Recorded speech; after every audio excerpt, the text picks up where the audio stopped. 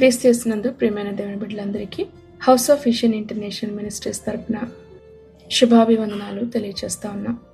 అందరూ బాగున్నారు కదా? ఈనాటి వాక్యం వినడానికి అందరూ సిద్ధంగా ఉన్నారా?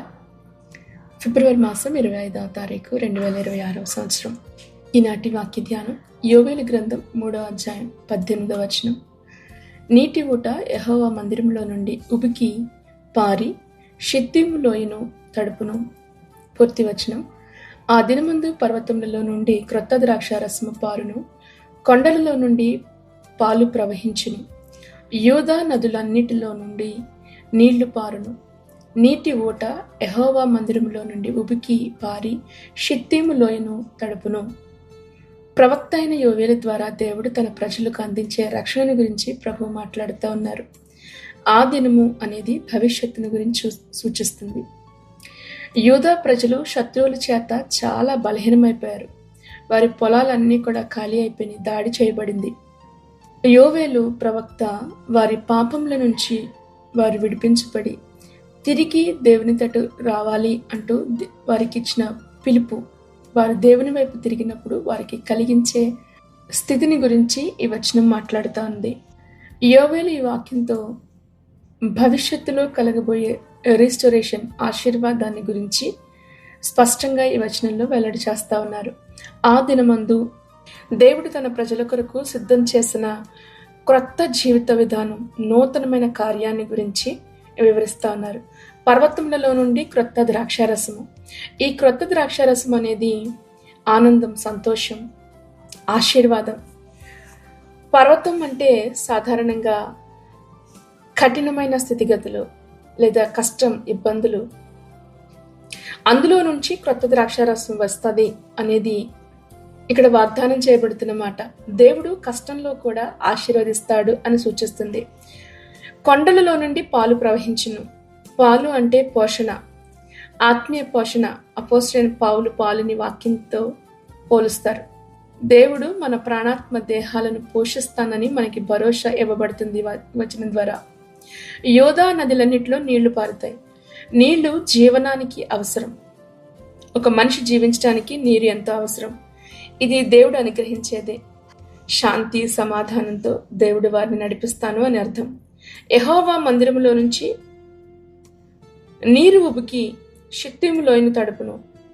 దేవుని దగ్గర నుంచి వచ్చే ఆశీర్వాదం, శక్తి, పరిశుద్ధత, సమాధానం మన జీవితాలు మార్పు చెందుతాయి. వాటి ద్వారా ఇవన్నీ కూడా దేవుడి నుంచే కలుగుతాయి.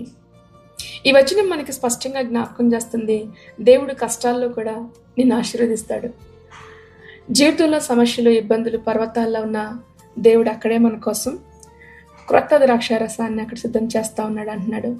రోమిల్ రాసిన పత్రిక 8:28. దేవుని ప్రేమించి వారికి, ఆయన సంకల్పం చొప్పున పిలువబడిన వారికి సమస్తము సమకూడి జరుగుచున్నవని ఎరుగుతాం. మీరు దేవుణ్ణి గనక ప్రేమించే వారిగా ఉంటే మీ జీవితంలో ఎదురవుతున్నవన్నీ మేలు కొరకే, మేలు జరగడానికి సమకూడి జరుగుతున్నాయని మర్చిపోకండి. ఈ రోజున పర్వతాల్లాగా మీ సమస్యలు, దాటలేని భయంకరమైన బండల్లాగా మీ ఇబ్బందులు కనిపిస్తున్నా దేవుడు వాటిలో నుంచి క్రొత్త ద్రాక్షారసాన్ని దేవుడిస్తానని వాగ్దానం చేస్తా ఉన్నాడు.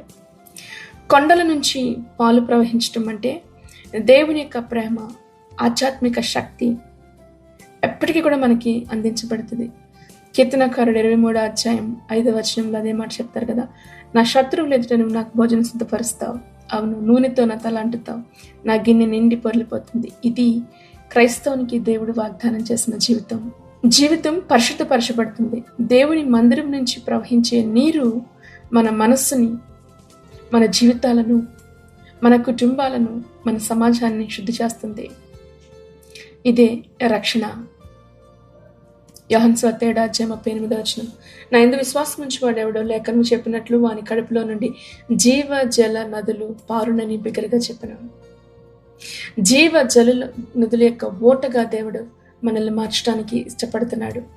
ఇక్కడ ప్రకటించబడుతున్న మాట, దేవుడు మన జీవితంలో క్రొత్త కార్యాన్ని చేస్తాను అని వాగ్దానం చేస్తాడు. క్రొత్త ద్రాక్షారసం, పాలు, నీళ్లు అంటే మనకు క్రొత్త మార్గాలు, క్రొత్త కార్యాలు, నూతనమైన క్రియలు మన జీవితంలో. యెషయా గ్రంథం 43 అధ్యాయం 19 ఇదిగో నేను ఒక నూతన క్రియ చేర్చున్నాను, ఇప్పుడే అది మొలుచును, అరణ్యములో త్రోవలు ఎడారులో నదులను ఆయన ప్రవహింపచేసే దేవుడు ఆయన. ఎంత అద్భుతమైన వాగ్దానం. నీటి ఊట, ఫౌంటైన్. బైబిల్ గ్రంథంలో నీరు తరచుగా ఆశీర్వాదం, పరిశుద్ధత, ఆత్మీయ పోషణను సూచిస్తూ ఉంది. యోవేలు 3:18 మనకి వాగ్దానం చేయబడుతున్నది. నీరు యెహోవా మందిరములో నుంచి రావడాన్ని, ప్రవహించడాన్ని ప్రవక్త మనకి జ్ఞాపకం చేస్తా ఉన్నాడు. అంటే దేవుని యొక్క మందిరం అంటే దేవుడు నివాసం ఉండే స్థలం, దేవుని యొక్క ప్రజెన్స్, దేవుని యొక్క సన్నిధి ద్వారా కలిగే ఆశీర్వాదాలు, మనం నూతన పరచబడ్డానికి కావలసిన ఆధ్యాత్మికమైన ఆత్మీయమైన ఆశీర్వాదాలు. దేవుని యొక్క మందిరం అంటే మనం దేవునితో సరి అయిన సంబంధం కలిగి ఉన్నప్పుడు కలిగే ఆశీర్వాదాలు ఇవి. దేవునికి దూరస్తులైన వారికి కాదు, దేవుని విడిచిపెట్టేసిన వారికి కాదు, దేవుని సన్నిధిలో నివసించే వారికి, దేవుని కలిగి ఉండేవారికి. షిత్తీములోయని ఇక్కడ జ్ఞాపకం చేస్తా ఉన్నాడు ప్రవక్త. ద వ్యాలీ ఆఫ్ షిత్తీమ్ లేదా అరాబా, ఇది యోర్దాను యొక్క మైదానంకి, మృత సముద్రానికి దగ్గరగా ఉన్న ప్రాంతాన్ని షిత్తీములోయ అంటారు. బైబిల్ గ్రంథంలో సంఖ్యాఖండం 25వ అధ్యాయం 1వ వచనంలో ఈ మాట మనకు ప్రస్తావించినట్లుగా మనం చూస్తాం. అక్కడ భయంకరమైన కార్యాలు జరిగినాయి కదా. ఇజ్రాయేలీలు షిత్తీము లోయలో దిగి ఉండగా మోయాబు రాండ్రతో వ్యభిచారం చేశారు. ఆ స్త్రీలు వారి యొక్క దేవతలకి బలులు అర్పించి వీరిని భోజనానికి పిలిచినప్పుడు ఆ బలులు అర్పించిన వాటిని వీరు భోజనం చేయడం ద్వారా దేవుని యొక్క కోపం భయంకరంగా వీరి మీదకి రగులుకున్నప్పుడు అక్కడ భయంకరమైన దేవుని యొక్క తీర్పు వెల్లడి అయిన స్థలము షిత్తీము లోయ. ఈ లోయ మనకి జ్ఞాపకం చేస్తుంది ఘోరమైన పరాజయం, ఆధ్యాత్మికంగా కూలిపోయిన స్థలం అది. దేవునికి వ్యతిరేకంగా పాపం చేసి దేవునికి కోపాన్ని పుట్టించిన స్థలం. అయితే ఇక్కడ ఈ వచనం ద్వారా దేవుడు మనకి జ్ఞాపకం చేస్తున్నది, యెహోవా మందిరములో నుంచి ప్రవహిస్తున్న నీరు షిత్తీము లోయను తడుపుతూ ఉన్నది. నీరు ప్రవహిస్తూ ఉంది. అది దేవుని సన్నిధానములో నుంచి వచ్చి ఆయన యొక్క ప్రసన్నత ద్వారా కలిగే ఆశీర్వాదాలు. షిత్తీము లోయ ఎలాంటి నిరీక్షణ లేని స్థలం, దేవుని యొక్క కోపానికి అవకాశం ఇచ్చిన స్థలం, ఎండిపోయిన జీవితాలను సూచిస్తూ ఉంది. అయితే ప్రభు వాగ్దానం, అటువంటి స్థలాలను సైతం నేను ఆశీర్వాదంగా నేను మారుస్తాను. ఈ సంఘటన ద్వారా మనం అర్థం చేసుకోవాల్సిన ఆధ్యాత్మికమైన పాఠం ఏంటంటే ద స్పిరిచువల్ రెన్యువల్, రెస్టోరేషన్ దేవుడు తిరిగి అనుగ్రహిస్తానంటున్నాడు. పాపముతో నిండి ఉన్న స్థలాలను దేవుని ఆశీర్వాదాలతో ఆయన నింపుతానంటున్నాడు. యేసుక్రీస్తు ప్రభు యోహాను సువార్త 7వ అధ్యాయం 38వ వచనంలో మనకు జ్ఞాపకం చేస్తారు, నా యందు విశ్వాసం ఉంచువాడెవడో లేఖనం చెప్పినట్లు వాని కడుపులో నుండి జీవ జల నదులు పారును అని బిగ్గరగా చెప్పాను. మీ జీవితంలో డ్రై సీజన్స్ ఎదుర్కొంటున్నారా? ఎండిపోయిన స్థితిగతులు మీ జీవితంలో చవి చూస్తూ ఉన్నారా? శ్రమ, కష్టం, లేదంటే పాపపు ఆలోచనలు, ఒంటరితనంలో అనేకమైన దుష్టమైన కార్యాలు గురించిన ఆలోచనలు మిమ్మల్ని వేధిస్తూ ఉన్నాయా? అది షిత్తీములో జ్ఞాపకం చేస్తూ ఉంది. దేవుని మందిరానికి నీవు ఆకర్షించబడినప్పుడు, దేవుని యొక్క ప్రసన్నతను, సన్నిధిని కోరుకున్నప్పుడు, దేవుని సన్నిధిలో నుంచి ప్రవహించే నీరు మీ జీవితాలను పరిశుద్ధంగా, ఉత్తమమైన వారిగా, దేవుడు మిమ్మల్ని నూతనమైన వారిగా మారుస్తానని ఈ వాక్యపు వచనాన్ని మనకి జ్ఞాపకం చేస్తూ ఉన్నది. దేవుని సన్నిధిలో మనం నివసించినప్పుడు, దేవుని మందిరంలో మనం ఉన్నప్పుడు స్పిరిచువల్ రెన్యువల్స్, ఆధ్యాత్మికమైన క్రొత్తదనం, నూతన పరచబడే విధానాన్ని మన జీవితంలో మనం చూడగలుగుతూ ఉంటాం. ప్రతి కష్టంలో కూడా దేవుని యొక్క కార్యాన్ని చూడండి. సమస్యలుంటే ఆ సమస్యలతో పాటు దేవుడు క్రొత్త ఆశను దేవుడు ఇస్తున్నాడని గుర్తుపెట్టుకోండి. ఈరోజు మీరు ఎదుర్కొనే సమస్య ఏదైనా సరే అది నీవు ఘనపరచబడే ఒక వేదికగా దేవుడు దానిని మార్చిపోతా ఉన్నాడు.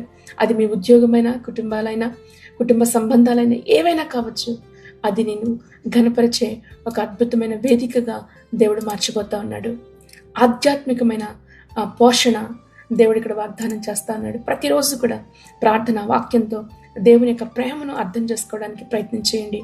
దేవుడు మీ యొక్క జీవితాలను సమృద్ధి అయిన నీటితో, క్రొత్త ద్రాక్షారసంతో నిన్న నింపుతానంటున్నాడు. పాపాల జోలికి పోవద్దు. పరిశుద్ధపరచబడ్డానికి దేవుని యొక్క సన్నిధిని ఆశ్రయించండి. ఇతరులను క్షమించండి. ఏదైనా విరోధమని అనిపించినప్పుడు బాధపడకుండా వాటిని విడిచిపెట్టడానికి ప్రయత్నం చేయండి. నిరంతరము కూడా దేవుని యొక్క సన్నిధిలో నుంచి వచ్చే ఆశీర్వాదాలతో మీరు నింపబడాలని దేవుడు ఇష్టపడతా ఉన్నాడు. పర్వతాలు లాంటి సమస్యలు మీ జీవితంలో ఏమున్నా సరే అవి నిన్ను పోషించే క్రొత్త ద్రాక్షారసం ఆ పర్వతాలలో నుంచి ప్రవహించబోతుంది అన్నది దేవుని యొక్క వాగ్దానం. నిన్ను పోషించే దేవుడైన, నీ మనస్సును నూతనపరిచే దేవుడైన, క్రొత్త మార్గాల్లో మీ జీవితాల్లో క్రొత్త ఆశలను కలిగించి మీ జీవితాలను అనేక మందికి దీవెనకరంగా దేవుడు మార్చే దేవుడైన. ఈ వాక్యం ద్వారా ప్రభు మిమ్మల్ని అందరినీ దీవించి ఆశీర్వదించును గాక. ఆమేన్, ఆమేన్. ప్రార్థన చేసుకుందాం, తలలు వంచుదాం. మహాపరిశుద్ధుడైన తండ్రి, మీ పరిశుద్ధ నామాన్ని బట్టి మీకు వందనాలు. ఈ వాక్యం ద్వారా మీరు మా అందరితో మాట్లాడినందుకు నీకు వందనాలు. ఏ సమస్యలను చూసి అయితే భయపడుతూ ఉన్నారో, పర్వతాలు లాంటి సమస్యలు, దాటలేని పొలిమేరల ప్రభా, ఇదిగో క్రొత్త ద్రాక్షారసం వాటిలో నుంచే వస్తుంది అంటున్నావు దేవా. కొండల్లో నుంచి మా యొక్క పోషణకు కారణమైన పాలు, ద్రాక్షారసం, నీరుని నీవు అనుగ్రహించే దేవుడు, నీకు వందనాలయ. శక్తిము లోయ మా జీవితాలయ. పాపముతో, వ్యభిచారముతో, విగ్రహారాధనతో, నీకు వ్యతిరేకమైన జీవితాలతో మేము నిండి ఉన్నప్పుడు, పశ్చాత్తాపంతో నీ తట్టునకు తిరిగినప్పుడు దేవా, ఇదిగో నీ మందిరములో నుంచి వచ్చే ఉబికి పారి వచ్చే అయా ఆ నీరు మా జీవితాలను సమృద్ధి అయిన సస్యశ్యామలంగా మార్చబోతున్నందుకు నీకు వందనాలు. నిశ్చయంగా ఈ వాక్యం ద్వారా, వాక్యం వెంటనే ప్రతి ఒక్కొక్కరిని కూడా మీరు దీవించండి. వారి జీవితాలను ఫలభరితంగా మీరు మార్చండి అయ్యా. ఎక్కడైతే నిరీక్షణ కోల్పోయినారో, ఎండిపోయిన స్థితిలో ప్రభా ఎక్కడైతే ఉన్నాయో, కళలు చెదిరిపోయినాయి అని చెప్పి ఎంతమంది అయితే దుఃఖిస్తూ ఉన్నారో, నిశ్చయంగా వారిని జ్ఞాపకం చేసుకుని ఈ వాక్యం ద్వారా ప్రభా నీ జీవాన్ని వారిలోనికి మీరు విడుదల చేయండి.